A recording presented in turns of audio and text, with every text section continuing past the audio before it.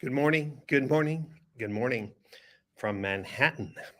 I'm having a great morning here at the St. Regis in Manhattan, heading downtown to Wall Street for a meeting. And I've just been thinking a little bit about the message I want to bring to the Digital Marketing Strategies Conference that's coming up June 2nd, 3rd, and 4th in Austin, Texas.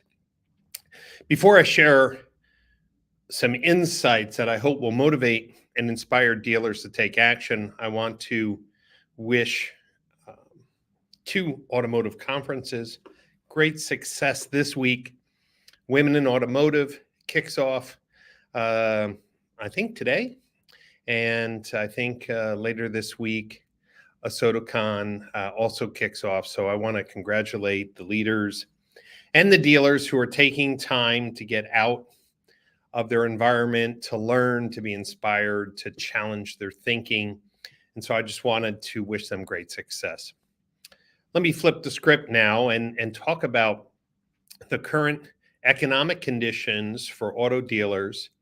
And even the very, very well managed dealerships have acknowledged, hey, there's some challenges in some of our brands. Profitability is much more difficult on a year over year comparison. How do we retain employees who were used to the go-go days post-COVID, where most cars were selling at MSRP or above? How do we keep our leaders and managers whose commission-based sales program has significantly dropped as a result of a drop in profitability and sales? What do we do with rising floor plan costs? What do we do with EVs that are on our lot that are difficult to move? There's lots of challenges. And here's the thing that I wanted to address this morning. When I hear what people are doing to resolve these headwinds in their local markets, I'm not hearing new things. And that's where I want to just challenge everyone this morning. Have you sat through a meeting like, hey, it could be a marketing meeting. What are we going to do to move this inventory faster? Or maybe it's a sales meeting. What are we going to do to increase our lead close rate? What are we going to do to get more appointments? Or maybe it's factors with a service drive. So the question I have is, are the suggested solutions new? Are they just the same thing? Here's what I'm seeing. Dealers are spending more on digital marketing. Makes sense during COVID, post-COVID. Anything that was on the lot was selling for the most part. So dealers cut back advertising. Now they're going back and spending more in advertising. But when I ask dealers, what is new about your advertising strategy, they don't have answers. When I talk to dealers about their merchandising on their website, rethinking how easy it is to shop, they're like, yeah, no, we don't have time for that.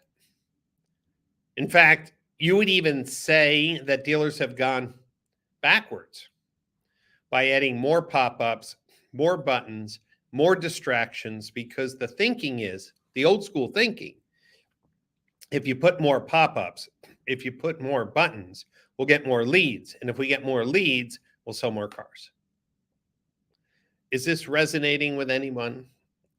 Am I accurate that now that we are facing some very interesting headwinds, obviously conflicting messages from the government with EPA standards and EV incentives, that don't we need some new strategies?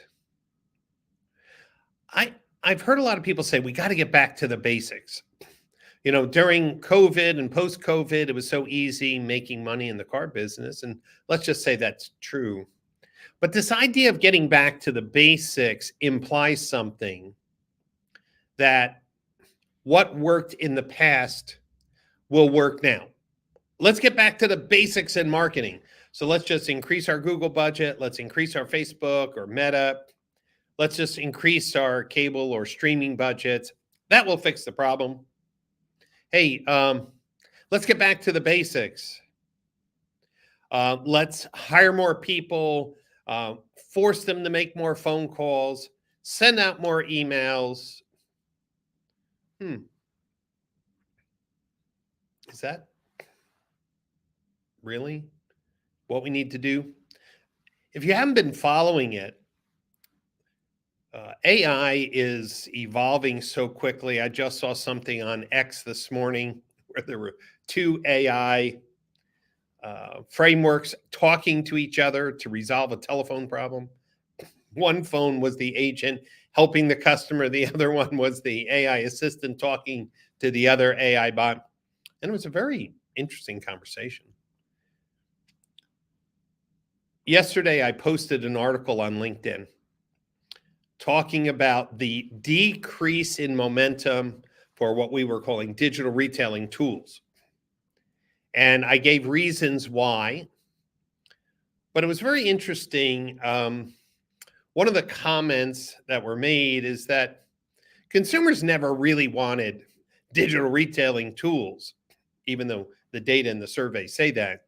They just wanted transparency. They just wanted to know, like, when I walk in, what's this car going to cost me? What's my monthly payment?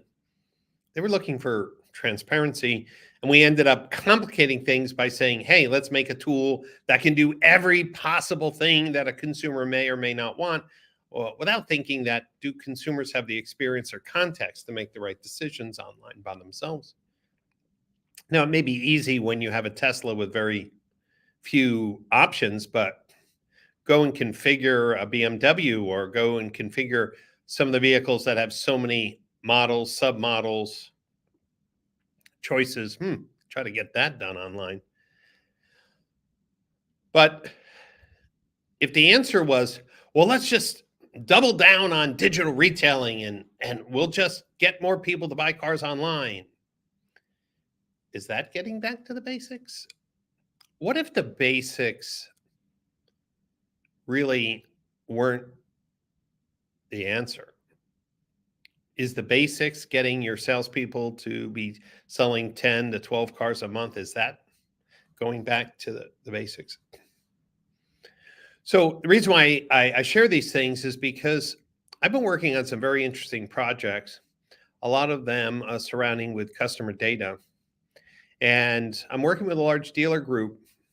And after a lot of preparation, a lot of partnership integrations, we're starting to launch a new approach to marketing, a new approach to revenue generation, a new approach to increasing lifetime value of customers, a new approach to serving customers better, a new approach to elevate the customer experience.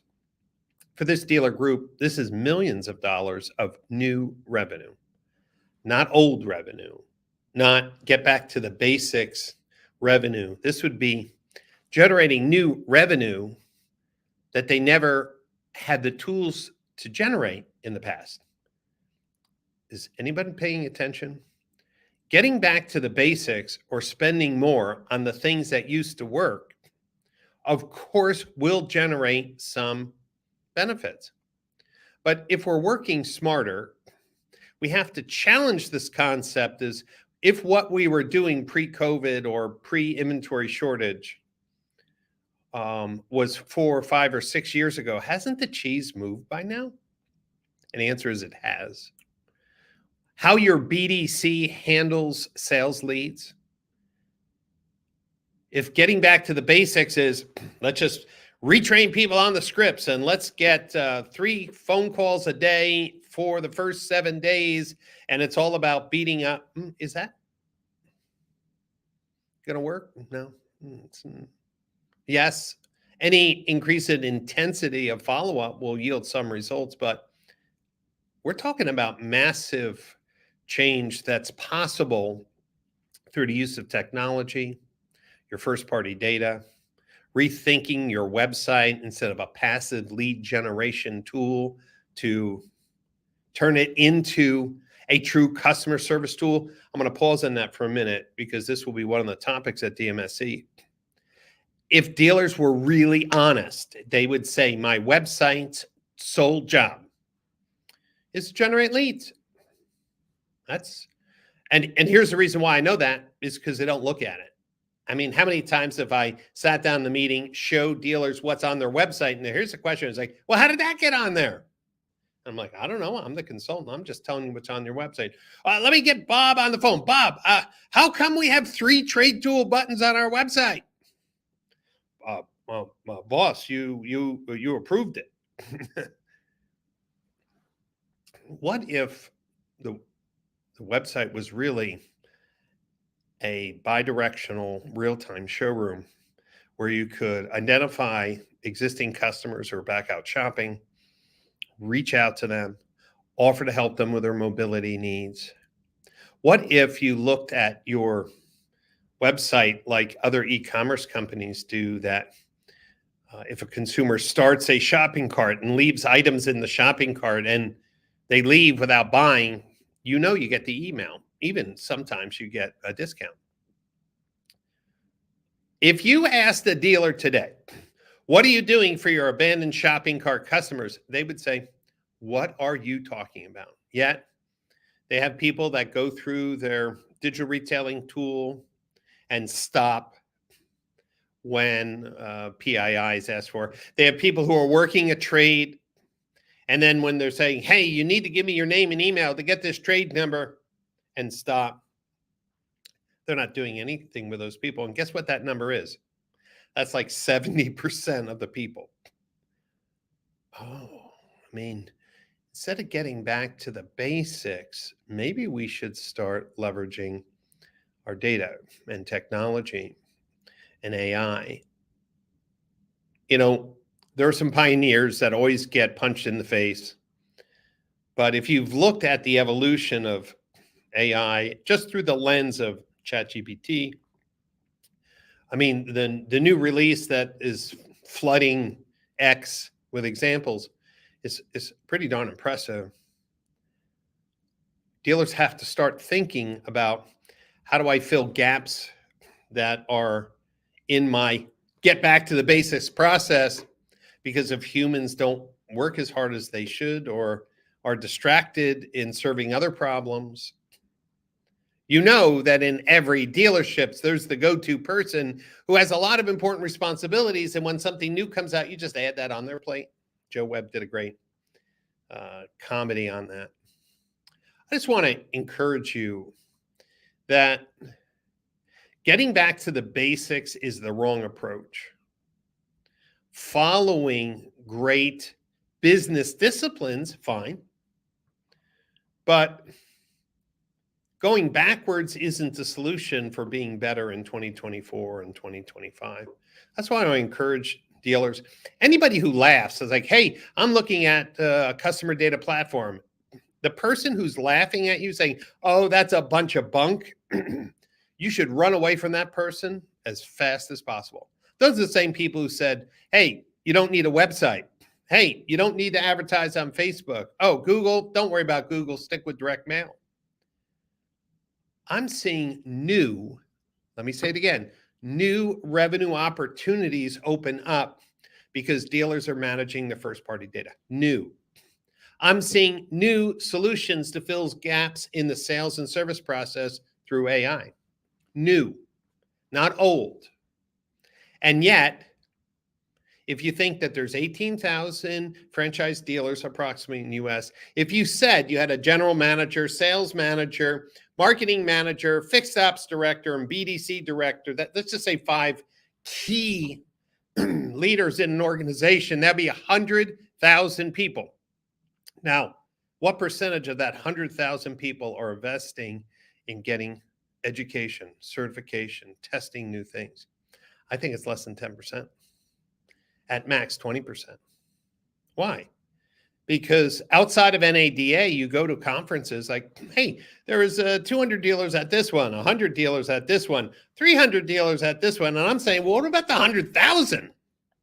And here's the problem. We've become apathetic about learning. There are no certifications. There's no continuing education requirements. So the mantra is, let's get back to basics instead of let's leverage the new things to generate new revenue. We got the old stuff down, but what are we doing to generate new revenue, to fill existing gaps that we've known for years? How do we elevate the customer experience instead of just doing what we used to do? So I want to encourage dealers, leadership, technology specialists, marketing directors, new and used car managers. I want to encourage you to come out to the Digital Marketing Strategies Conference and learn about some of these breakthroughs. And I'm talking really breakthroughs that should be part of your retail operation strategy this year and the years to come. You can go to digitalmarketingstrategies.org. The events only open up for dealers and OEMs. Our fall event, we sell allied tickets for anybody in the auto industry, but for DMSC, it's for dealers and OEMs and our sponsors. So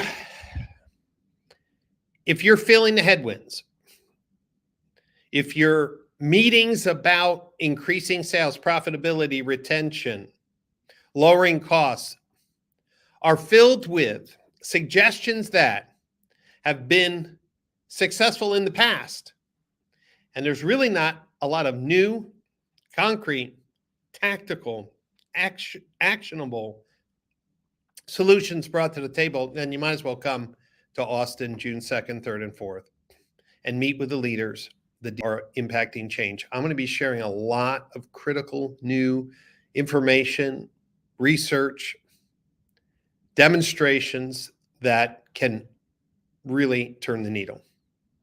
You know, a few weeks ago, maybe it's 2 weeks ago, I wrote an article about GA4. Here's another example that the cheese has moved. Most people, general managers even, felt comfortable going in analytics. You ask today's general manager, hey, how you doing with GA4? And they're like, man, never took the time. I'm bumbling around. I can't get the data out. I can't analyze my own website traffic. Whose fault's that?